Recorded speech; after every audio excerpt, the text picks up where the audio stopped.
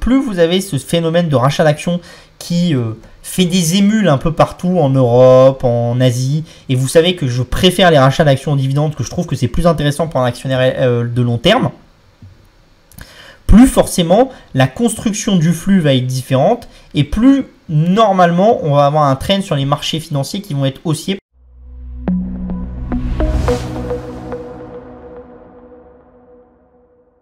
Les marchés financiers, c'est avant tout du flux. Ce flux, il est drivé par une seule chose, il est drivé par de la psychologie, d'accord ? Car le reste, c'est des composantes qui vont driver votre psychologie, les résultats des entreprises, ce genre de choses, la politique monétaire, tout ça. Mais c'est une histoire vraiment d'équilibre entre un flux et ce flux, il est composé vraiment de la psychologie des différents acteurs qui détiennent ce flux, d'accord ? Une des choses intéressantes dans ce flux depuis quelques années, c'est qu'il y a quelque chose de toujours plus important, c'est les rachats d'actions. Et ça, c'est intéressant pour nous parce qu'en fait, ça va vraiment à l'encontre de la psychologie des acteurs de marché. C'est-à-dire que quand vous êtes un gestionnaire de société et que vous voulez racheter vos titres, vous avez des certaines périodes. C'est-à-dire que vous ne pouvez pas le faire juste avant vos résultats. Donc ça vous limite dans le nombre de jours où vous pouvez racheter et vous ne pouvez pas racheter tout ce que vous voulez sur le marché. C'est-à-dire que vous ne pouvez pas représenter 50% du volume des échanges. Donc vous avez besoin que votre société ait un certain nombre de volumes et si vous voulez faire un certain nombre d'achats, vous êtes obligé d'acheter tous les jours de l'année et donc du coup en achetant tous les jours de l'année, vous trafiquez entre guillemets le flux. Parce que plus vous avez un nombre d'acteurs qui font des rachats d'actions qui sont importants, plus ça veut dire que dans le flux, vous avez toujours un acheteur de dernier ressort. Et là, c'est plus la banque centrale, mais c'est les entreprises elles-mêmes. Alors si vous êtes vraiment dans un gros crack, la plupart des entreprises, elles arrêteront de racheter des actions pour garder tout leur cash et elles vont se mettre dans un mécanisme de valeur qui va être risque averse et qui va être on essaye de faire le plus de cash possible et de se mettre en sécurité.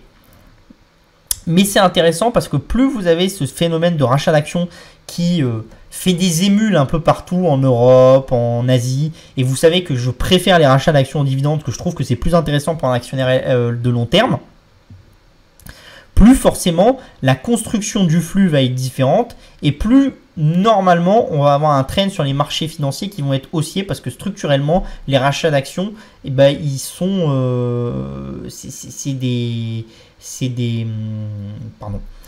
des mécanismes qui drive le prix de l'indice à la hausse de manière très très importante. Et ça, c'est des mécanismes qu'on avait très peu au XXe siècle et même au début du XXIe siècle. Donc il faut faire attention parce que quand vous raisonnez avec des données du XXe et du XXIe siècle, il faut bien vous dire que la structuration du flux a complètement changé. Et vous allez le voir juste là.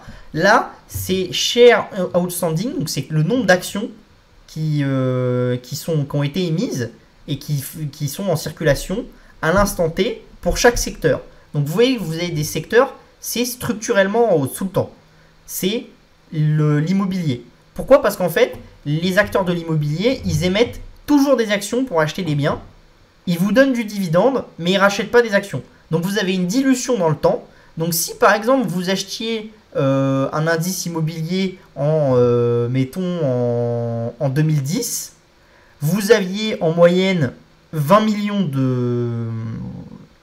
Enfin, c'est pas 20 millions, mais vous aviez en moyenne sur une base de titres, vous étiez sur une base 20, et maintenant vous êtes passé sur une base 80. Donc vous avez une dilution en 10 ans, enfin 12 ans, de 4. C'est quand même très très important, et cette dilution, il faut que vous la retrouviez dans la valeur du business. Donc ça veut dire que si en plus il y a une crise immobilière qui se passe et que la valeur de vos biens elle a diminué, vous vous êtes fait découper. D'accord ? Donc plus vous êtes sur un secteur qui émet des titres, plus c'est dangereux d'être actionnaire à très long terme. Moins vous êtes sur un secteur qui émet des titres, moins c'est dangereux.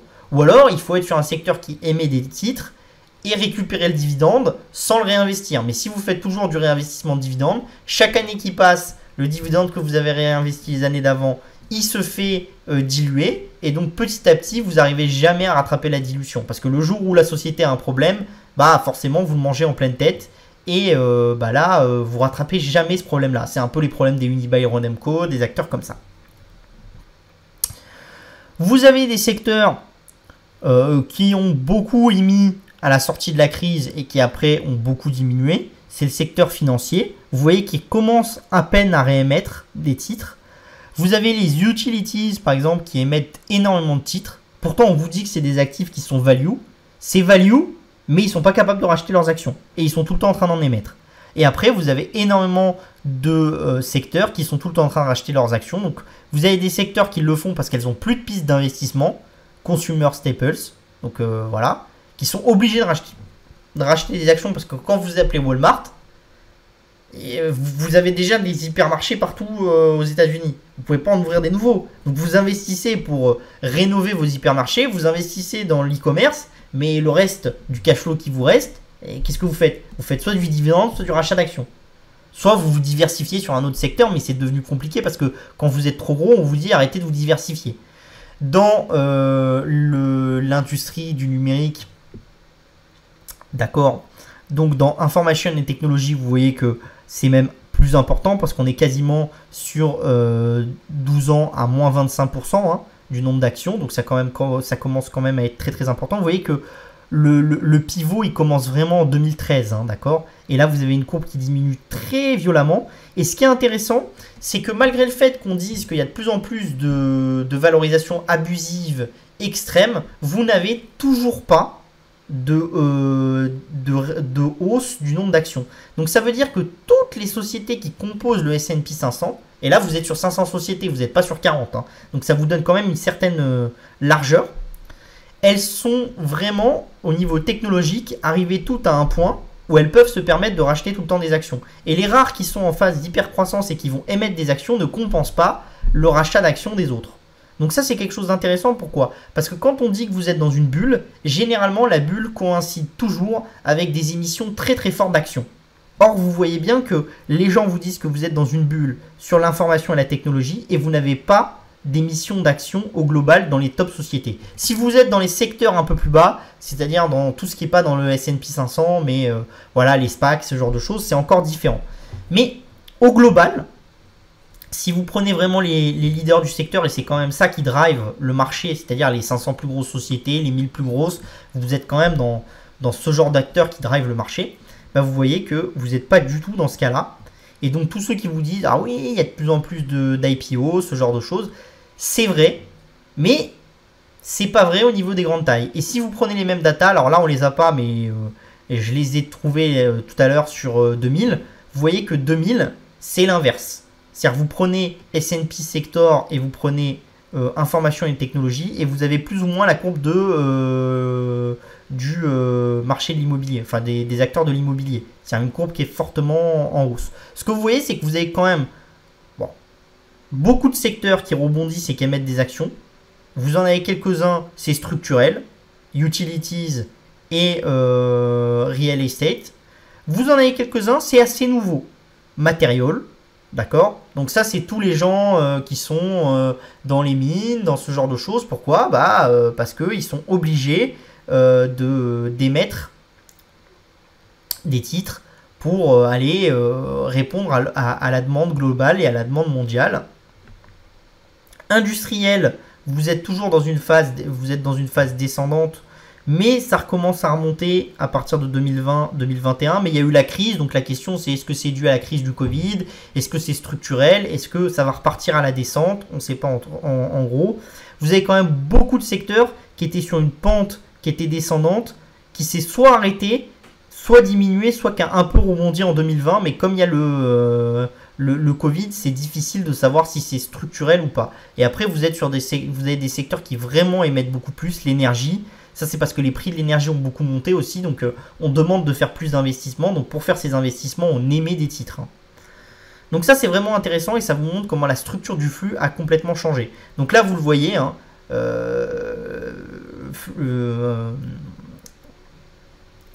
secteur par secteur. Donc, vous voyez le nombre d'actions, d'accord? Le nombre d'actions en milliards. Donc, on va recommencer. Vous êtes là. Ça diminue en 2008. En 2009, vous avez une très forte hausse qui est due à la crise et au fait qu'on recapitalise les boîtes. Puis ça diminue très fortement. Ça remonte un petit peu avec la crise Covid, mais pas tant que ça au final. Et après, vous l'avez par secteur. Donc vous voyez que par exemple, au niveau de la communication, c'était assez stable à la sortie de la crise et avant la crise, même avant la crise, c'était plutôt très violent au niveau des rachats d'actions. Et depuis quelques temps, c'est vraiment beaucoup d'émissions. Alors attention, au niveau des communications et services, vous avez aussi beaucoup d'émissions parce que vous avez eu des giga IPO, enfin pardon, des giga fusion-acquisition, et que vous avez Netflix dans le tas qui émet énormément d'actions. Au niveau de l'industrie, bon bah c'est pareil, mais ça rebondit un petit peu en 2020, mais on peut pas en tirer vraiment des conclusions, il faudra voir. Ce qui est marrant, c'est que information et technologie, ça rebondit pas du tout, hein, et que la courbe depuis 2013, elle est sacrément descendante, et vous pouvez vous dire que si ça continue, on pourrait passer sous 40 milliards d'actions bientôt. Donc ça veut vous dire que si vous voulez, la création de valeur, elle est considérable, parce que si vous éliminez 50% de vos actions en 10 ou 15 ans, bah, ça se retrouve forcément dans la valorisation de vos titres. Et ça se retrouve très fortement dans la valorisation de vos titres. Hein. Parce que vous avez un effet, un effet hausse des profits qui va être considérable, et vous avez quelque chose qui est globalement très intéressant. Consumer Staple, vous voyez que ça descend très fortement. C'est quasiment descendu tout le temps, sauf un peu pendant la crise. Hein. Donc vous voyez, Materials, ça monte depuis un certain temps. Real Estate, pareil. Énergie, vous êtes dans quelque chose de cyclique. C'est beaucoup diminué avant la crise, ça a remonté avec la crise. Après, à partir de 2011, avec les prix forts, c'est redescendu très fortement. Et là, depuis 2015, ça remonte assez fortement. Et surtout en 2020, 2021 et 2021 surtout. Et pourquoi 2021 surtout? Parce que les prix de l'électricité sont très hauts. Donc forcément, beaucoup de gens veulent investir. Real Estate, vous voyez que c'est tout le temps en hausse. Même en 2008, hein, avant la crise, c'était juste stable. Mais ça n'a jamais été des gens qui rachètent beaucoup d'actions. Vous voyez que le système financier, par contre, c'est différent. On n'est toujours pas revenu au niveau de 2008. Et ils ont émis beaucoup entre 2008 et 2011. Et ils commencent à descendre à partir de 2012. Ils ont émis un tout petit peu en 2020 avec la crise. Et ils recommencent à descendre un petit peu au Q2 là. Donc il faudra voir. Utilities, vous voyez que, à part en 2007 où ça diminue un peu, depuis, c'est toujours structurellement en hausse. Donc voilà, quand vous êtes un investisseur de long terme, c'est toujours plus intéressant de détenir des secteurs dans lesquels le nombre d'actions diminue avec le temps. Votre récompense, elle est plus forte.